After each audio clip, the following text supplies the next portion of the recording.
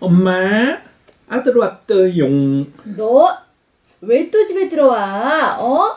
아, 왜? 엄마 보고 싶어서 왔던데. 아니 왜 너희 집 놔두고 자꾸 이리 오냔 말이야. 애도 있는 아빠가. 그게 마누라가 또 밥하기 싫다잖아. 저녁만 먹고 얼른 집에 갈게. 엄마. 며느리가 또 밥하기 싫다 그러니?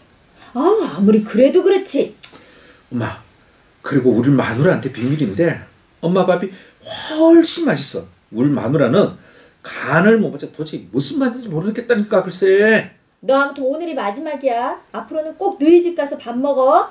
잘 먹겠습니다. 아, 맛있다. 역시 엄마표 된장찌개가 속 푸는데 최고라니까. 맛있냐? 어? 맛있어? 마누라한테 밥도 못 얻어먹고 다니면서 어이구 너만 보면 내가 그냥 속이 터진다. 속이 터져. 김희정님, 대현 선생님 애교 넘치는 연기, 여기서 약간 애교 넘치는 아들 역할 필요했습니다. 두 번째 사연 익명 요청하셨고요. 고민이 되시겠네요. 며느리 밥이 맛없고 싫다는 아들 때문에 고민이시랍니다. 예, 소개해드릴게요.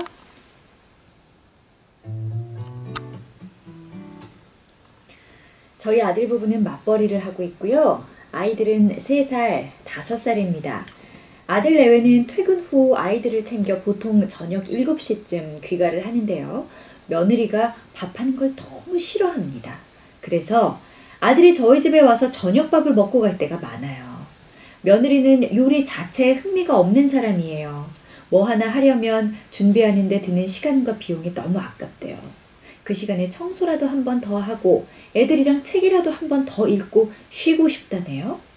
만들고 난 뒤 치우는 일이나 설거지가 다 스트레스래요. 차라리 사 먹는 게 낫다고 합니다. 사실 음식을 못하는 편이기도 합니다. 맛도 별로고 시간도 많이 걸려요. 그래서인지 제가 아들 집에 가도 대부분 외식을 합니다. 얼마 전엔 이런 상황들이 답답해서 며느리에게 한 소리 했습니다. 네가 일주일에 밥을 몇 번이나 주냐고. 그랬더니 밥 해주면 저희 아들이 먹고 딱 누워서 아무것도 하질 않는다고? 그럴 때마다 밥하려고 결혼했나 하는 생각도 든답니다. 안사돈이랑 이야기를 해보니까 그 집 분위기가 원래 그렇더라고요. 다만 바깥사돈은 음식을 잘해서 문제없이 지낸다고 합니다. 그러면서 사위가 요리를 하면 좀 어떠냐는 거죠. 다른 부부는 다 잘하고 예쁜 며느리인데 퇴근하고 밥 먹으러 저희 집에 오는 아들을 볼 때면 속이 터집니다. 얘들은 어떻게 하면 좋을까요? 하루 이틀도 아니고 어머니 입장에서는 걱정하실 수 있을 텐데 5910님 이거 혹시 우리 시어머니께서 보낸 사연 아니죠? 남편 밥 못 챙겨주는데 뜨끔하네요. 모르죠 뭐 익명으로 요청하셨기 때문에 윤88님은 엄마 밥이 더 맛있다는 우리 여보야 라디오 잘 들어볼게.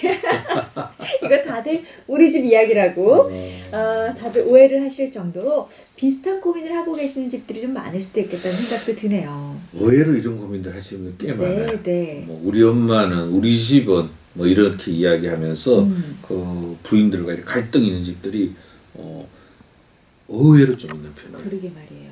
이 집도 아마 그런 사연 중에 한 집이라고 좀 보여지네. 네. 이 사연 어떻게 보셨어요? 좀 걱정스러우세요? 아니면 요즘 젊은이들 다 그렇다 싶으세요? 다 그렇다기보다는 저는 이 시어머니하고 이 아들이 좀 문제가 있어 보입니다. 처음부터 요리 실력을 가지고 며느리를 부인을 얻었다면 모르겠는데 그것이 아니라면 왜 이 조건이 고민의 대상이 되는지 저는 잘 모르겠네요.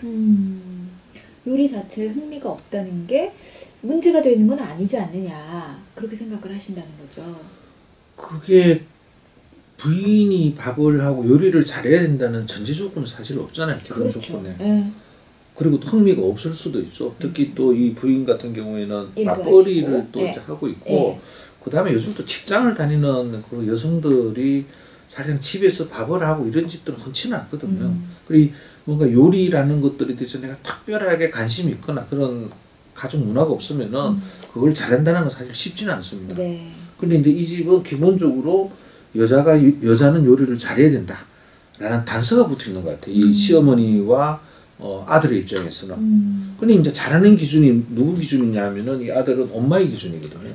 그렇기 때문에 이 시어머니와 남편 되는 사람의 생각이 변해야만 이 문제는 좀 풀리는 주제인 것 같아요. 예. 김인호님, 저는 며느리 입장입니다. 음식이요, 하면 해요. 근데 귀찮아요. 어쩔 수 없습니다. 해주셨고, 익명 요청님은 이거 해결 방법 간단해요. 아드님한테 매일 요리를 가르쳐주면 해결됩니다. 해주셨어요.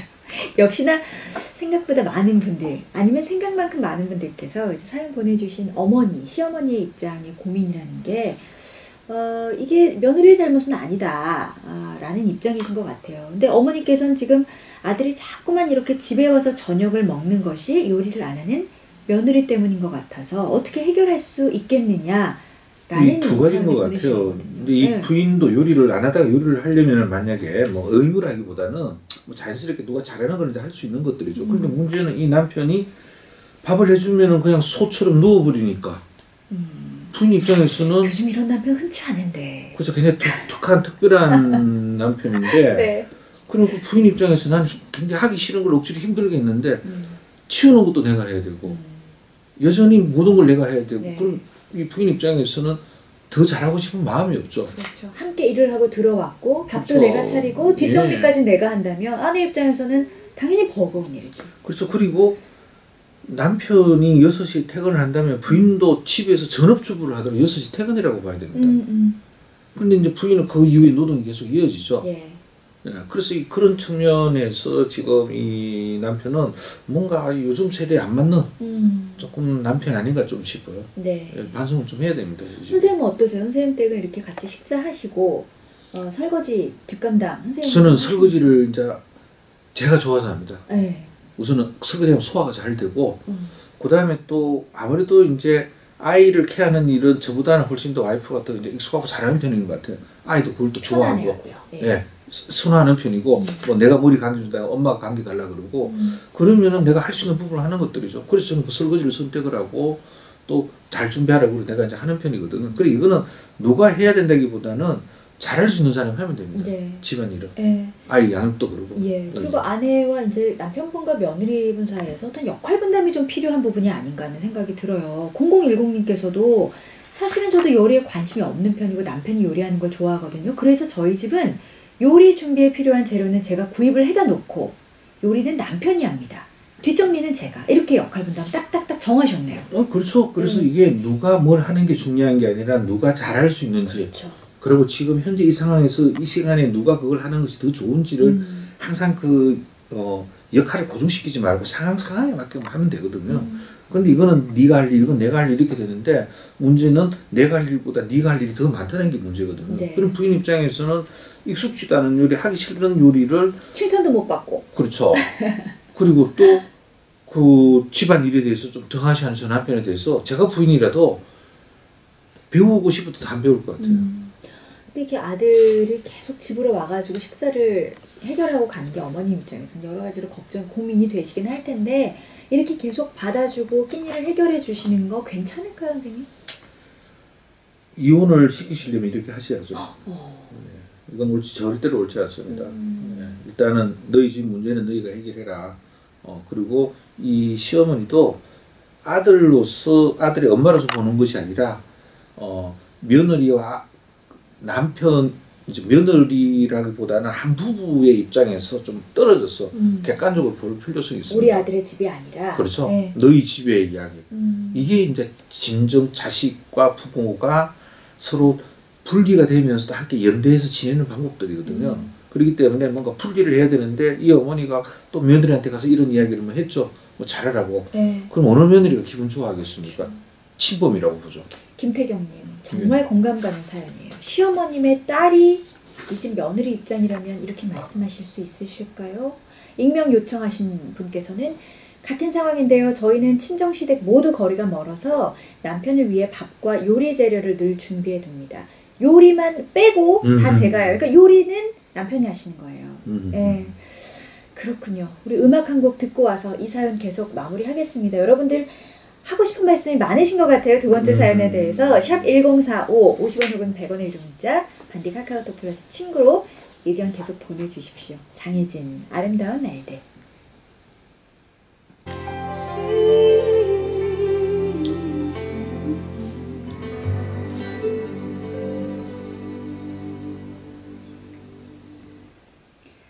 정혜진 아름다운 날들 함께 하셨고요. 문자 엄청 오고 있습니다. 3272님, 선생님 말씀에 속이 뻥 뚫리는 듯 합니다. 김지연님은 시어머니들도 모두 아들 교육 잘 시키셔서 장가 보내셔야 합니다. 해주셨고, 정창아님도 아들이나 딸이나 어릴 때부터 가정 요리를 가르쳐야 되나 봐요. 그래서 우리 집 아들 둘은요, 슬슬 간단한 요리부터 시켜봅니다. 이거 꼭 필요한 것 같더라고요. 아들이든 딸이든. 예. 헤이모이님은 요즘 부부들은 확실히 다르군요. 저는 결혼 15년 만에 저녁 설거지를 딸과 남편이 하기로 했어요. 그동안 우리 어머님들 세대 같은 경우는 밥 먹고 치우고 뒷정리까지 다 하는 게 다 본인 몫이라고 생각을 하셨고, 또 이게 조금 다른 가족들이 하면 어설프잖아요. 그것도 그렇죠. 잘 못 견디셨었어요. 그죠? 네.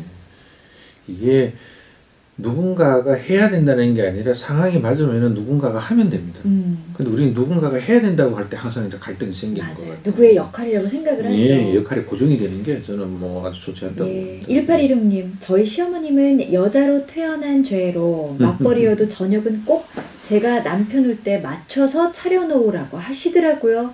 불공평합니다. 어머님 말씀드려도 답답해요.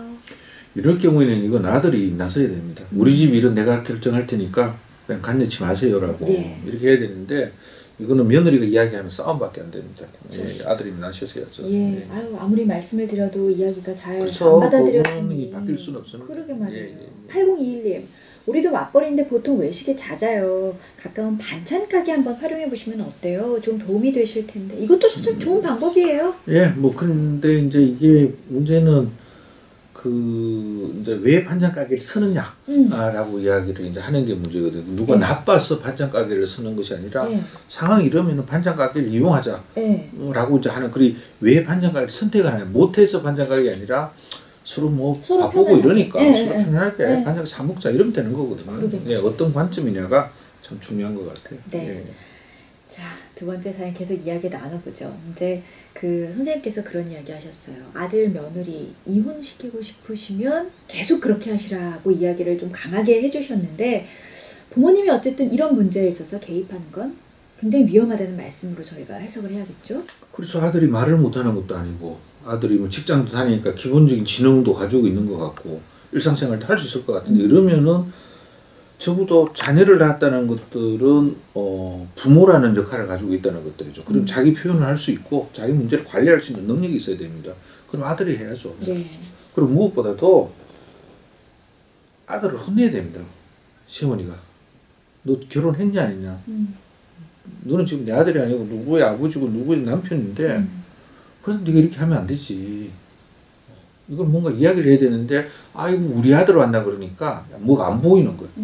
예, 이게 좀 어머니 태도 좀 문제가 있습니다. 예. 어머니께서 지금 저희 이제 사연을 들으시고 혹시 너무 불쾌하지는 않으셨으면 좋겠다. 어머니께서 좀 잘 받아들여 주셨으면 좋겠다는 생각이 드는데, 그렇다면 어머니께서 이제 앞으로 오늘 저녁부터 또 식사를 해결하러 오는 아드님에게 어머님이 보여주셔야 하는 태도. 일단은 한번 이제 밥은 먹이고, 밥을 일단 먹입니까? 여기서 예. 이야기 좀 하자. 내가 이 문제를 내가 생각을 해보니까 지금 우리가 그 며느리도 각자 입장이 있고 다 이런데, 음식이라는 건 너는 것이지 어느 아침 잘할 수는 없다. 그래서 네가 좀 하면 되지 않느냐. 예. 이러면서 뭔가 아들을 재교육을 좀 시키실 필요가 있습니다. 그 어머니가 하시면은 부인이 하는 것보다 훨씬 더 효과적입니다. 네. 네. 그리고 같은 여성의 입장에서 또 자녀가 결혼을 시켰다고 다 어른이 되는 건 아니잖아요. 그죠?